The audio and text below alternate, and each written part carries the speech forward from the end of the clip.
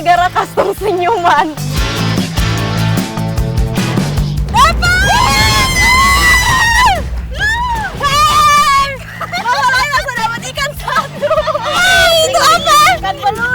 Mama udah dapat lagi, jadi bukan cuma ikan ya Mama.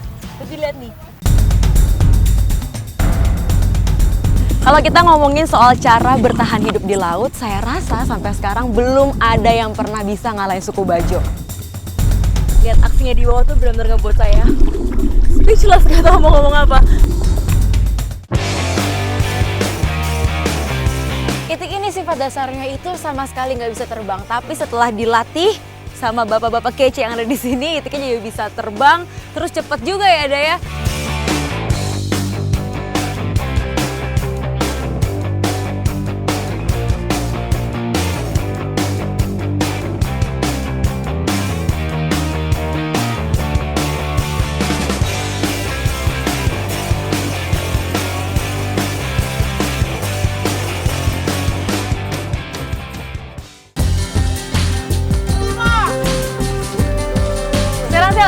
Di Pelabuhan Luwuk dan kita mau menuju ke Banggai. Nah, di sini memang keadaannya setiap sore seperti ini, ramai dan banyak banget kapal yang ada di sini. Karena memang ini merupakan satu-satunya alat transportasi yang bisa digunain masyarakat untuk pulang ke sana. Masyarakat biasanya memanfaatkan waktu kunjungan ke kota secara maksimal dan kembali dengan membawa segala kebutuhan mereka. Tak heran jika kapal ini dipenuhi penumpang beserta kebutuhannya masing-masing. Jadi memang kondisi kapalnya seperti ini, yang di lantai bawah itu untuk taruh barang-barang yang besar-besar seperti kebutuhan rumah, sembako, ada motor juga. Nah, kalau di lantai atasnya seperti ini, dari bilik-bilik nih, tempat beristirahat.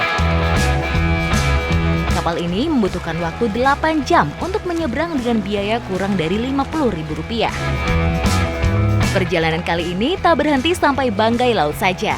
Saya masih harus melanjutkan dengan speedboat selama 3 jam untuk sampai ke desa Buang-Buang.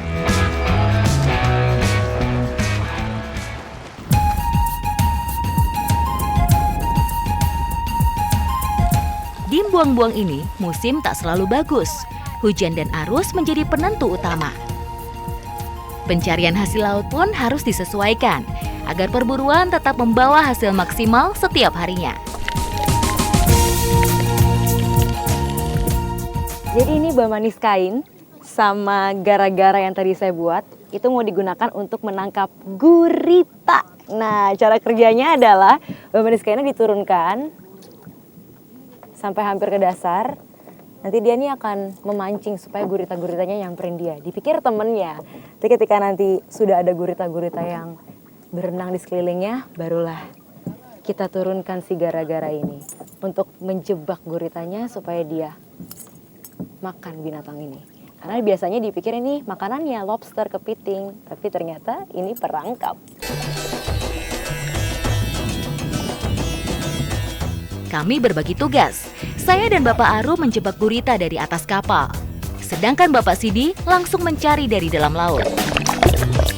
Tetapi cara mencari dari atas kapal ini sungguh tidak biasa. Kami harus merunduk ke dalam laut untuk memastikan bamanggis dan gara-gara ini beraksi dan berhasil menarik perhatian gurita. Jadi memang gara-gara itu dibuat semirip mungkin sama binatang kesukaannya gurita. Dibikin mirip kepiting sama lobster. Jadi begitu guritanya lagi berenang, dikit-dikit menghampiri si lobster sama kepitingnya itu, tiba-tiba hap! Lalu terperangkap sama gara-gara. Jadi ini dia. Tapi saya sendiri belum dapet nih sama gara-gara buatan saya. Pokoknya saya mau cari terus sampai dapat. Ini Om, nempel. Memiliki kaki-kaki di kepala, gurita masuk ke dalam kelas Cephalopoda. Hewan yang memiliki nama latin Octopoda ini senang bersembunyi di batuan karang dan membuatnya terjebak di saat air surut. Lihat, Bapak Sidi memperoleh gurita dari sela-sela karang dengan cara mencongkel. Tinta yang tersembur ini digunakan sebagai alat pertahanan diri ketika merasa terancam. Tinta disemburkan untuk mengagetkan dan mengalihkan perhatian predator. Tetapi bapak-bapak ini terlihat sudah biasa dan tidak lagi terkejut.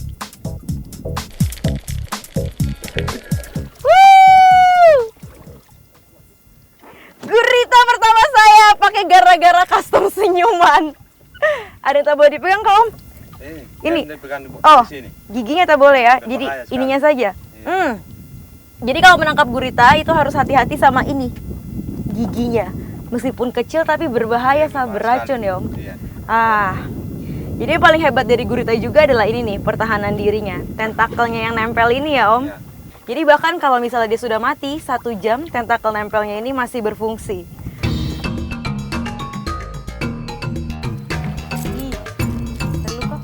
Menurut saya, melimpahnya gurita hingga saat ini merupakan hadiah dari jerih payah masyarakat dalam menjaga karang-karang mereka.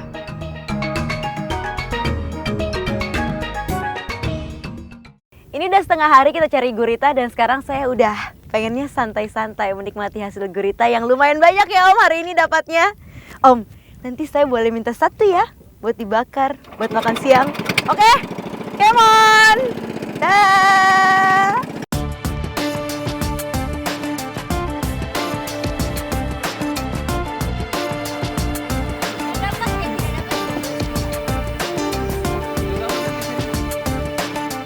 Keramahan masyarakat di sini sangat kental terasa. Hal itu tergambar jelas dari cara mereka mengolah hasil laut sehari-hari, kreatif dan sederhana. Dari kesederhanaan inilah justru membuat hasil lautnya tetap terjaga.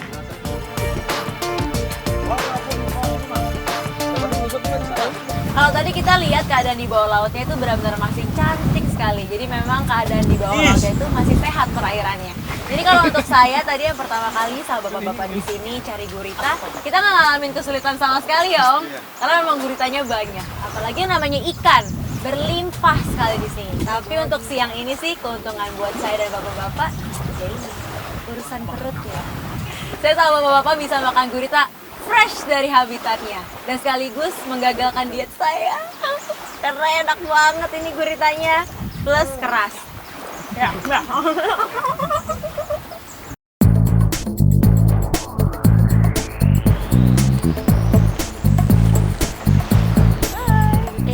Di negeri kepulauan, laut adalah anugerah terbesar. Disinilah masyarakat buang-buang menggantungkan kehidupannya sehari-hari. Tak sulit mencari ikan di sini. Cukup dengan peralatan sederhana saja sudah bisa menarik minat sebagian penghuni perairan.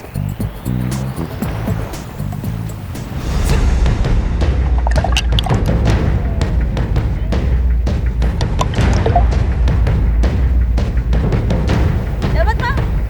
Dapat! Hey! Mama Laila sudah dapat ikan 1. Ini dia, ikan apa ini Mama? Tahu ini apa namanya? Tidak tahu katanya. Kan. Tidak tahu apa namanya, yang penting senang saya dapat ikan. Mama Laila berhasil mendapatkan ikan layur atau Trisiurus lepturus. Bentuknya unik, panjang dan ramping. Ikan yang gemar menyantap krustasea ini sering terlihat bermain di sekitar pantai yang tak terlalu dalam. Ini pertanda bagus. Semoga semakin banyak lagi ikan yang akan mampir.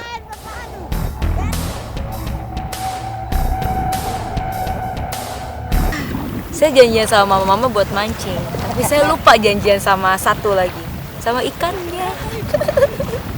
Jadi ikannya nggak muncul-muncul nih, saya lupa bikin janji. Tak boleh menyerah.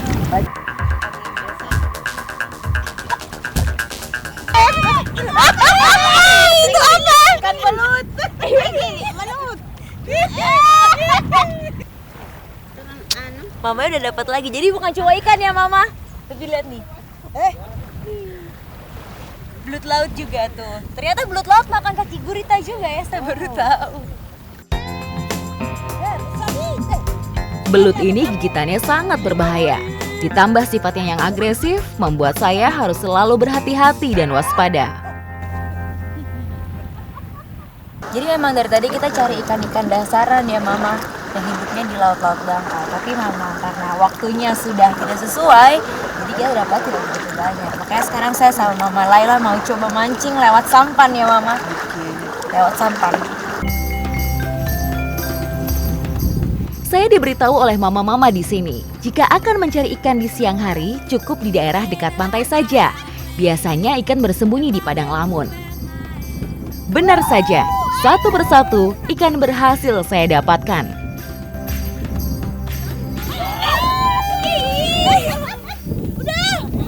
Ternyata setelah kita pindah ke kapal Katingting, hasilnya jauh lebih banyak daripada tadi. Nih lihat, salah satu hasilnya. Hehe, kerapu. Ini saya langsung ngebayangin betapa segarnya daging ikan kerapu ini kalau dibuat masakan. Dan ini yang lainnya nih. Banyak kan, dari yang kecil sampai yang besar, yang kecil lagi sampai yang panjang. Beragam lah hasilnya, tapi ya bukan saya yang dapat, mama-mama depan saya sama belakang saya yang dari tadi jago banget mancing-mancing ikan. Tapi yang namanya kerja tim, satu kapal ini berarti satu tim. Jadinya bisa dihitung saya sukses juga lah ya, nggak bisa aja. Ini Pak, udah. Desa Buang-Buang berbatasan langsung dengan Laut Banda yang terkenal dengan gelombang dan arusnya. Namun warga di sini diuntungkan dengan karang yang melindungi desa dari kerasnya gelombang laut.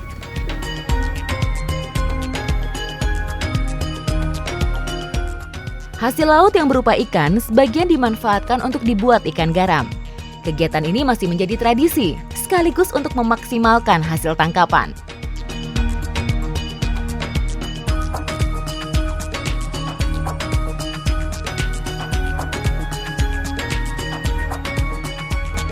Jadi memang mama di sini kalau nangkap ikan itu banyak manfaatnya. Bisa untuk dimakan sendiri sama keluarga, bisa buat di es lalu dijual.